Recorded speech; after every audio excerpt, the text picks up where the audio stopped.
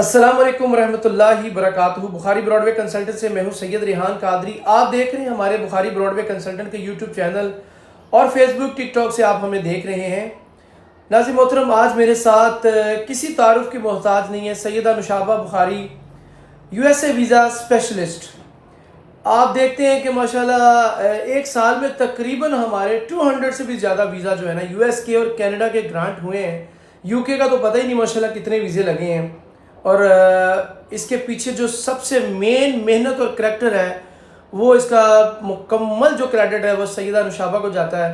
Madam कैसी हैं आप? जी अल्हम्दुलिल्लाह मैं ठीक। सर आप कैसे हैं? जी शुक्र अल्हम्दुलिल्लाह। माशाल्लाह मैडम, डेली आपकी वीडियो मैं भी देखता हूँ, नाज़रीन भी देखते हैं, ठीक है। और बड़ी ज़बरदस्त एक न्यू मैं समझता हूँ कि आपने एक कैटेगरी लॉन्च की है। न्यू आपने जैसे आई कैटेगरी में आपने माशाल्लाह ये लास्ट 3 वीज़ा जो करवाए कराची से माशाल्लाह, वो उसके लिए तो मैं बड़ा हैरान हो गया हूँ कि आपने उनको कितनी मेहनत से आपने फ़ाइल बनाई। और आपकी फ़ाइल को लेकर मैं माशाल्लाह खुश होता हूँ और बड़ा ज़्यादा आपको अप्रिशिएट करता हूँ कि आपकी फ़ाइल जो है ना वो एक सीक्वेंस से होती है।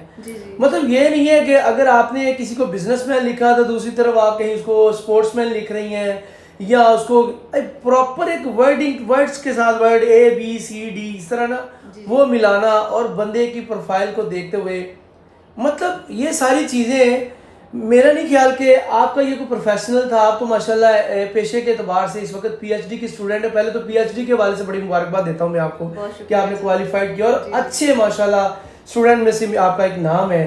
तो कंसल्टेंसी में भी आपका नाम, ठीक है। सवाल ये करना चाहता हूँ, वीडियो लंबी ना हो जाए, मुख्तसर टू द पॉइंट आपसे बात करूँगा कि मैं अक्सर फाइलें आती हैं जो रिफ्यूज़ लोग हमारे पास केस लेके आते हैं, वो बात जब मैं देखता हूँ तो वहाँ पे लिखा होता है हम न्यूयॉर्क जा रहे हैं, अपना सैर के लिए जा रहे हैं, और 2 वीक का प्लान होता है उनका। स्पेसिफिक जो प्लान होता है उस पर यस किया होता है, हालांकि स्पेसिफिक प्लान हमारा यस नहीं होना चाहिए, ठीक है।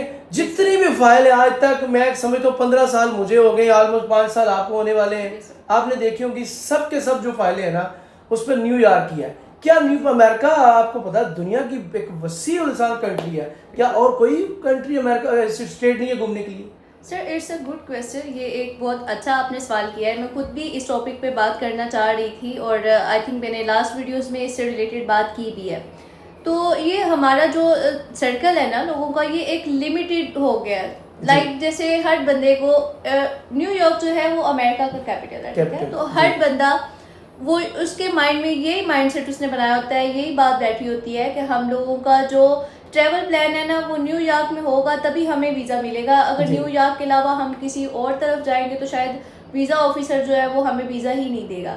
वो इतना तकल्लुफ ही नहीं करते कि वो अमेरिका के और इंटरेस्टेड प्लेसेस को सर्च करें, वहाँ पे देखें कि टूरिस्ट का ज़्यादा रुझान है किस साइड पे। इवन के जो अमेरिका के सिटीजन्स हैं उनका भी टूर के हवाले से जो रुझान है वो एक बड़ी बड़ी वहाँ पे इंटरेस्टेड प्लेसेस हैं, जिसमें से एक बहुत ज़्यादा फेमस मैंने नाम लिया था उसका, उनके जो स्टेट है वो है अलास्का, जहाँ पे अमेरिकन सिटीजन्स भी अपना टूर प्लान करने के लिए बहुत एक्साइटेड होते हैं। अपने लाइफ के किसी न किसी पार्ट में उनका ये शौक होता है कि हम अलास्का का टूर करें। तो क्यों ना जो इंटरनेशनल टूरिस्ट हैं वो भी उसको अपना पॉइंट ऑफ व्यू बनाए। तो इससे रिलेटेड जब तक आप न्यूयॉर्क के सर्कल से बाहर निकल के दूसरे एरियाज को सर्च नहीं करेंगे, अमेरिका कोई छोटा सिटी थोड़ी है, छोटा कंट्री थोड़ी है। 9 आवर्स की जो फ्लाइट है वो अमेरिका के ऊपर मूव करती है। सबको पता है कि इतना ब्राउड कंट्री है, तो उसके बावजूद हम एक लिमिटेड प्लेस के सर्कल में क्यों रहे। अच्छा मैम, सवाल ये कि आप अलास्का का क्यों, क्या ऐसा आपने अलास्का में देखा है? अलास्का में कौन से ऐसे प्लेसेस हैं जो देखने लायक हैं? सर लाइक जैसे मैं अपने पाकिस्तान से रिलेटेड मिसाल दूंगी। हमारे पाकिस्तान में लोग टूर के लिए कहाँ जाते हैं? मैक्सिमम कहाँ चले जाते हैं? नारायण चले जाते हैं, मरीन चले जाते हैं, क्योंकि अट्रैक्टिव प्लेसेस हैं। लाइक दिस अमेरिका में जो मोस्ट अट्रैक्टिव उनकी स्टेट है वो अलास्का है। उसकी रीज़न क्या है? वहाँ पे 12 मंथ्स ग्लेशियर्स होते हैं, वहाँ पे माउंटेन्स हैं, हेलीकॉप्टर के थ्रू वो आपको आपकी डेस्टिनेशन पे पहुंचाते हैं। तो इसलिए लोग उस कंट्री उस स्टेट को प्रेफर करते हैं टूर के लिए। वाह क्या बात है। और मैंने सुनने में आया कि अलास्का में हम कुरान करीम में 2 नहरों का, बिल्कुल सर, वो लाइक जैसे एक एग्जांपल दी गई है कि 2 बहती हुई नहरें होंगी, तो सेम लाइक दैट वहाँ पे मौजूद है जी।